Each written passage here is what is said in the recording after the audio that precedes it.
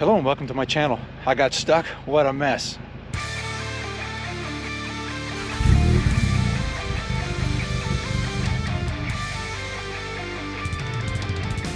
Welcome back and thanks for being here. My name is Scott.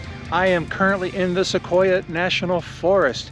I called the hotline last night to check road conditions and it said change are not required. So out I came. My goal was to get out here nice and early to beat the rush, and that worked for a while. I got some good photographs, and then I continued on up the hill, and once I started, or up the mountain, lots of switchbacks.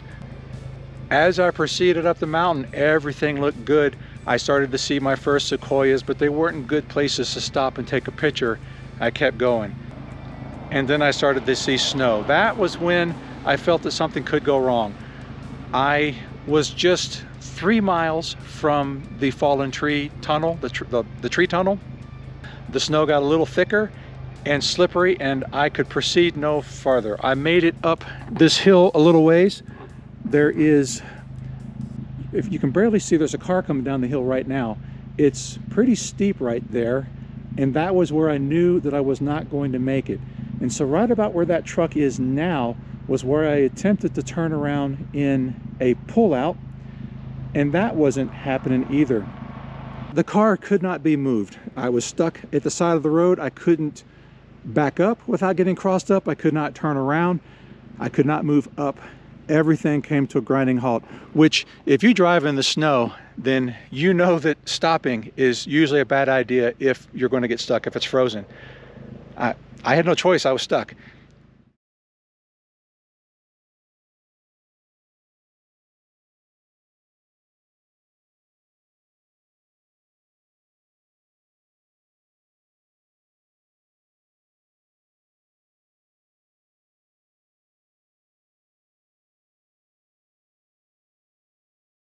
So at that point, I knew I needed to get the trailer off the car so that I could at least move the car.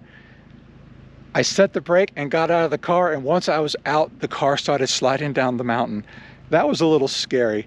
I was able to jump back in the car before things got really out of hand and then step on the brakes, and that got braking power to all 4 wheels.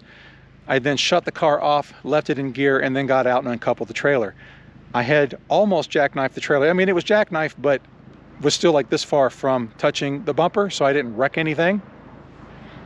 Anyway, as I worked up there, I was able to uncouple the trailer, push it kind of into a snowbank to keep it from sliding down the hill any farther. I was able to move the trailer down the hill a little bit.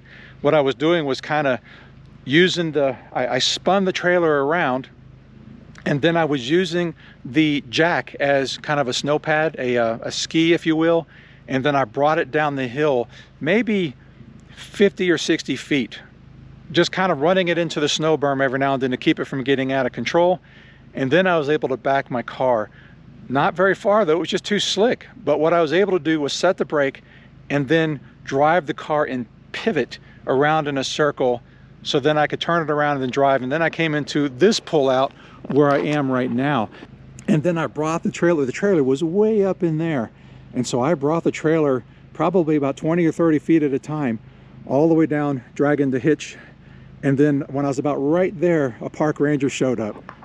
To the casual observer, this looks really bad. With a car in the shoulder on the right and a trailer in the berm on the left, it looked like my trailer had come disconnected from the car and that I didn't have it chained up. And that's really bad. So I had to explain to the ranger that I had actually been trying to go up the hill and then intentionally disconnected and turned everything around. And he believed it and was very supportive of my efforts. He was very nice, pretty cool about it.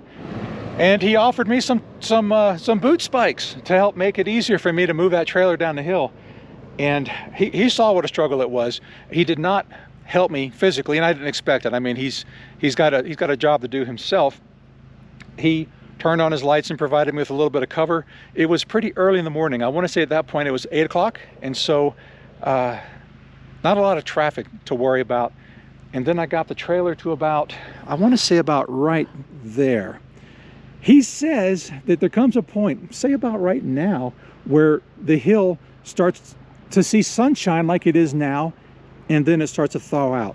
But what he did do instead of wanting me, you know, I was at the point where as the curve comes around this way, I'm at a risk of the trailer running away and going down this hill. What I wanted to do was get it about there so then I could back the car up to it and then couple it and then move it under the car's power. He asked me to wait, and I did. He wanted me to, he called a buddy to come out here and sand this area. Again, he was super nice about it, and we had a good chat. I've been here for about an hour, and he spent about 30 or 45 minutes with me. And then he had other duties to tend to. I was clearly safe. And once I'd gotten the trailer down to this point here, it was no longer obscured by a blind corner. So he was able to, you know, he didn't even leave cones. He just said it was fine. And that was where it was cool that I was able to light the trailer by backfeeding the battery circuit. So the trailer was lighted and easy enough to see and no close calls.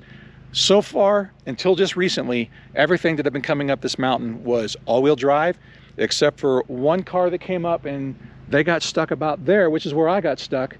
But then she was able to get into a pull-out and use chains. She had chains.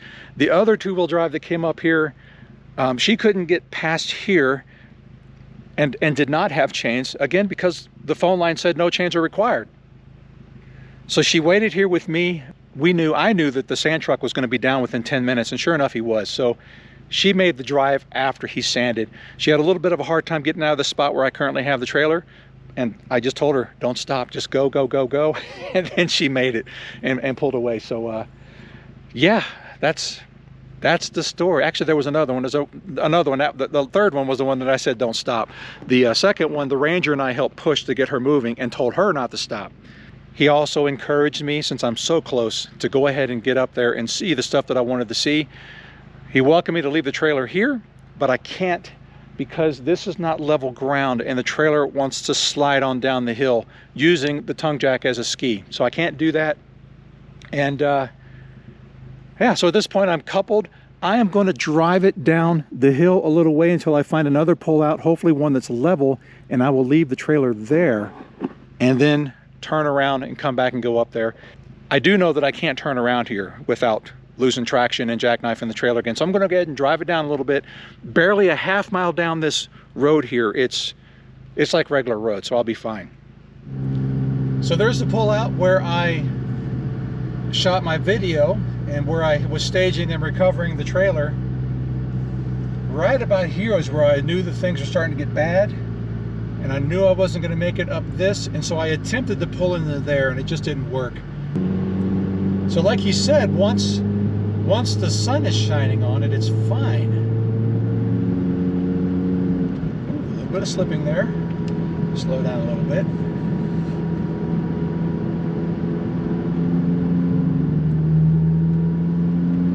Yeah, plenty of traction here.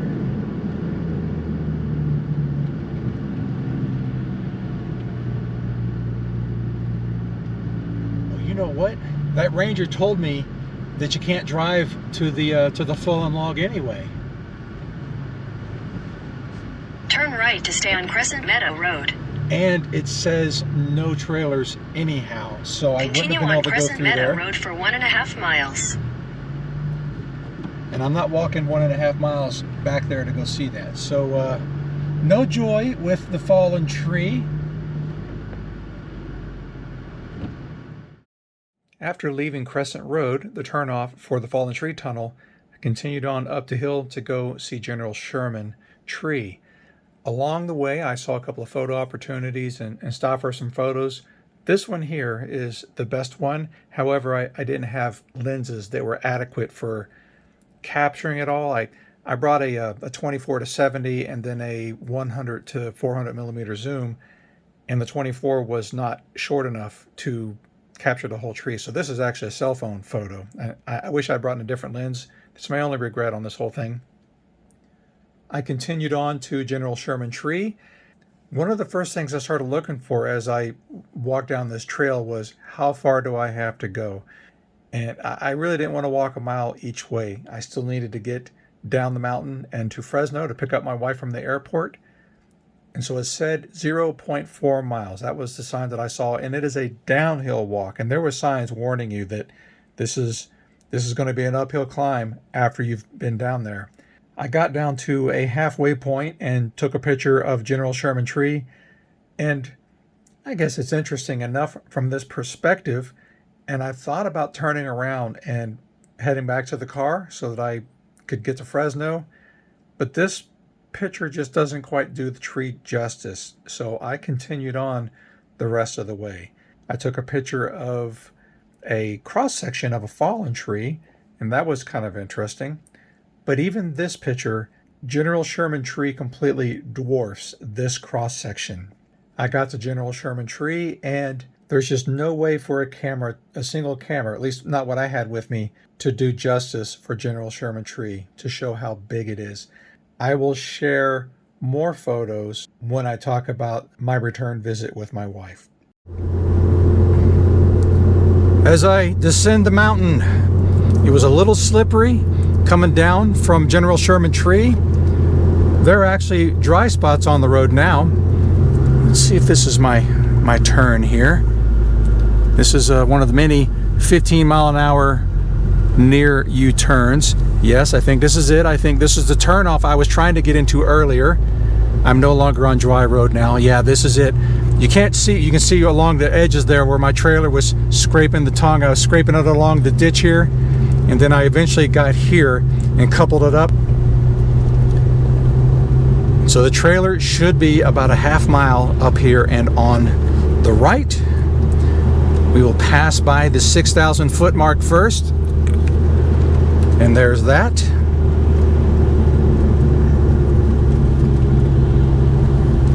And it is back to being slippery.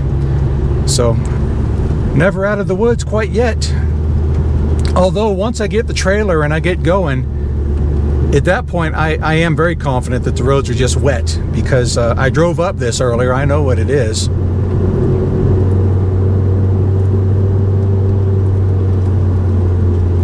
I do need to stay on the brakes though, because the car does want to run away. All right, there's the trailer. So let's couple it up and get out of here.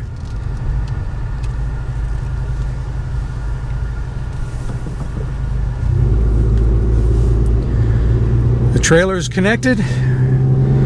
Light check done. I'm on my way down the hill. Oddly enough, I spent so much time here between going to all the way down to the General Sherman Tree, and then also just being crossed up with getting stuck and stranded to a degree. I think I got tied up there for an hour to an hour and a half. I thought I was going to come down off of this hill, find a laundromat, do some laundry, and then still have time to go pick up my wife from the airport. As it stands, I'm going to get there just barely in time. From where I am right now, it says it's going to take me 2 hours and 9 minutes. It is 11:58, and my wife's flight lands at 2. Yeah, thanks for being here and hearing my story of peril. Again, I appreciate you being here, and I'll see you next time. Take care.